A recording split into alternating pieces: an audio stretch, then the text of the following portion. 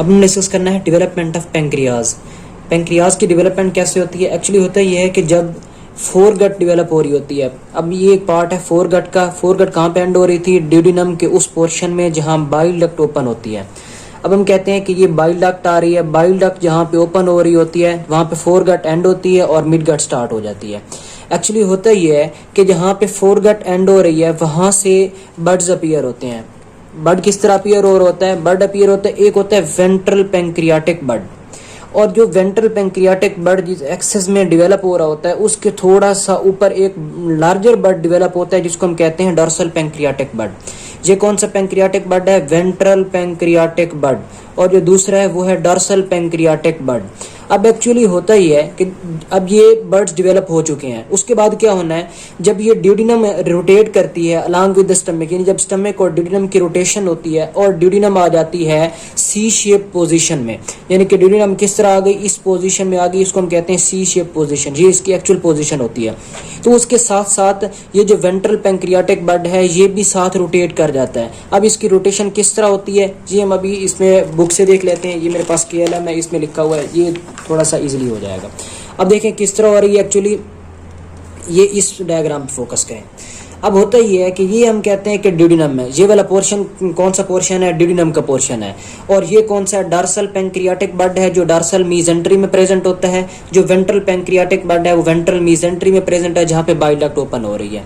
ठीक है, अब ये हो गई। इसमें क्या होता है एक्चुअली, ये अब एक ये इनिशियल पोजिशन है, उसके बाद क्या होनी है? रोटेशन होनी है। अब रोटेशन में क्या होगा? जब ये रोटेशन होगी, अब देखें ये किस तरह रोटेशन हुई, ये इस पोजीशन में रोटेशन हो रही है। तो रोटेशन होने से वेंट्रल पेंक्रियाटिक बड की रोटेशन भी हो जाती है और वो अपनी पोजीशन चेंज कर लेता है। उसकी पोजीशन क्या हो जाती है? जो डॉर्सल पेंक्रियाटिक बड है वो उसके डॉर्सली यानी कि उसके पोस्टीरियर एस्पेक्ट पे चला जाता है और बिलो चला जाता है। तो ये यहाँ पे डायग्राम में दिखा हुआ है उसकी पहले इनिशियल पोजीशन। उसके बाद क्या होता है, जब ये इस पोजीशन में आ जाता है कि ये उसके डॉर्सली और इन्फीरियर पोजीशन में चला जाएगा, तो फिर क्या होना है? फिर होगा ये कि ये जो है वो आपस में इनके जो पैरेन्काइमा है वो फ्यूज हो जाएंगे। तो इस तरह जो है वो अब इनके जो ही पैरेन्काइमा फ्यूज होंगे तो ये अपनी एक जो है वो असल पोजीशन डाल लेगा जिसको हम कहते हैं इसकी जो मेन यानी कि जो इसकी शेप होती है वो बन जाएगी, जिस तरह हमने जो एब्डोमेन एंड पेल्विस में हमने पढ़ा था ग्रास एनाटमी में।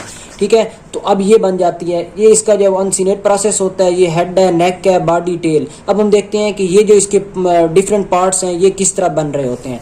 एक्चुअली होता ही है कि जो वेंट्रल पेंक्रियाटिक बड होता है, ठीक है, ये इसकी सारी जो है वो हमारे पास बन जाती हैं, यानी वेंट्रल और पेंक्रियाटिक बड, डॉर्सल पेंक्रियाटिक बड आपस में इनके पैरेन्काइमा फ्यूज हो गए और ये जो है वो बन जाती है जिसको हम कहते हैं एक इसकी पोजीशन आ जाती है। अब हम देखते हैं कि उसके जो हेड, नेक, बॉडी, टेल वो किस तरह बन रहे हैं। एक्चुअली होता ही है कि जब यहाँ पे हमारे पास है वेंट्रल पेंक्रियाटिक बड और दूसरा है डॉर्सल पेंक्रियाटिक बड। अब जो वेंट्रल पेंक्रियाटिक बड होता है, वेंट्रल पेंक्रियाटिक बड से निकलता है अनसीनेट प्रोसेस, यानी कि ये अनसीनेट प्रोसेस बना देता है। और जो हेड ऑफ पेंक्रियाज है, एक्चुअली हेड ऑफ पेंक्रियाज का एक सुपीरियर एस्पेक्ट होता है, एक इंफीरियर एस्पेक्ट होता है। जो inferior part of the head of pancreas है वो बन रहा होता है वेंट्रल बड से।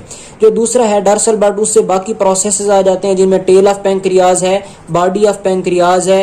ये जो इस तरह जो upper portion of the head of pancreas है, ये वाली जो स्ट्रक्चर्स हैं ये कहाँ से डेवलप हो रही होती हैं? ये डेवलप हो रही होती हैं हमारे पास जो इसका डॉर्सल पेंक्रियाटिक बड होता है। अब जो मेन पेंक्रियाटिक डक्ट है वो कहाँ से ओपन हो रही होती है? जो मेन पेंक्रियाटिक डक्ट है वो बनती है सारा जो वेंट्रल पेंक्रियाटिक बड है, यानी whole portion of ventral pancreatic bud, और जो डिस्टल पोर्शन होता है डॉर्सल पेंक्रियाटिक बड का डिस्टल पोर्शन, ये मिलकर बना देते हैं मेन पेंक्रियाटिक डक्ट। इस बात को ध्यान में रखिएगा। मेन पेंक्रियाटिक डक्ट किस तरह बनी? जो वेंट्रल पेंक्रियाटिक बड था वो completely and the distal portion of the dorsal pancreatic bud ये मिलकर बना देंगे हमारे पास मेन पेंक्रियाटिक डक्ट। अब जो इसका ये जो डिस्टल पोर्शन हो गया तो इसका प्रॉक्सिमल पोर्शन कहाँ पे जाता है? जो इसका प्रॉक्सिमल पोर्शन होता है वो या तो ओब्लिटरेट हो जाता है या 30% केसेस में इस तरह होता है कि वो परसिस्ट करके एक्सेसरी पेंक्रियाटिक डक्ट बना देता है। जो accessory pancreatic duct minor duodenal papilla में ओपन हो रही थी तो वो हमने पहले पढ़ रखी हैं चीजें।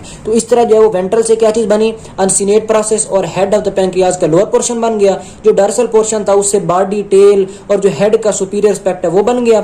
अब जो मेन पैंक्रियाटिक डक्ट होती है उसका एक वो किस तरह बनती है, ventral pancreatic duct completely and the distal portion of the dorsal pancreatic duct से मेन पैंक्रियाटिक डक्ट बन जाती है। अब जो प्रॉक्सिमल पोर्शन होता है वो तो या तो ओब्लिटरेट कर जाता है या फिर जो वो प्रसिस्ट करता है किसके तौर पर, एक्सेसरी पैंक्रियाटिक डक्ट के तौर पर। अब इसी तरह ये इसकी जो है वो मेन चीजें हो गई। अब हमने देखना है बाकी जो चीजें होती हैं यानी कि जिनमें कनेक्टिव टिश्यू है, इसी तरह इसका जो पेरेन्काइमा है, आइलेट्स ऑफ लैंगरहैंस है, वो कहाँ से बने।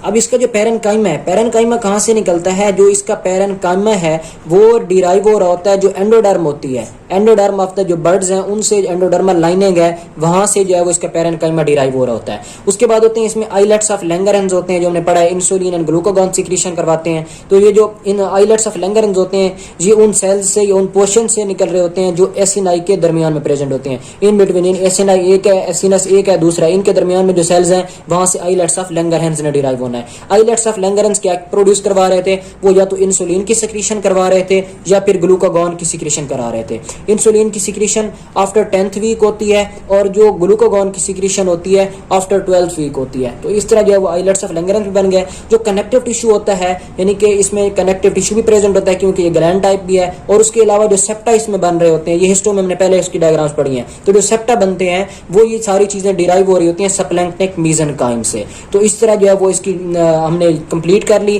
कि डेवलपमेंट ऑफ पैंक्रियाज किस तरह होती है, और इसके साथ भी स्प्लीन लिखी हुई, स्प्लीन मैंने स्टमक में जो है एक्सप्लेन कर दी थी।